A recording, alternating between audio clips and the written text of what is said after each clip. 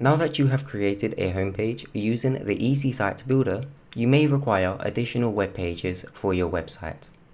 In this video tutorial, I am going to show you how to create additional web pages within the Easysitebuilder.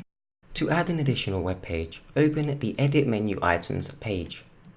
To do this, you need to navigate to the right-hand corner of your screen.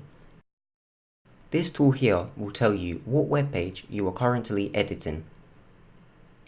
Open the drop-down menu and select the last option called Edit.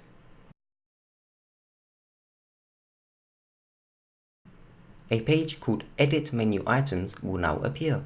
To rename a web page, on the left-hand side, select the web page you wish to rename, and on the right side, enter a new name for that web page. To create a brand new web page, select the plus icon with the text New Item.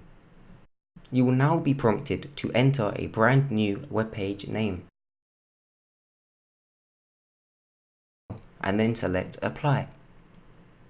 Your new web page will now be created. This should only take a couple of seconds. It's that easy. Now you can edit and publish the new page to your website.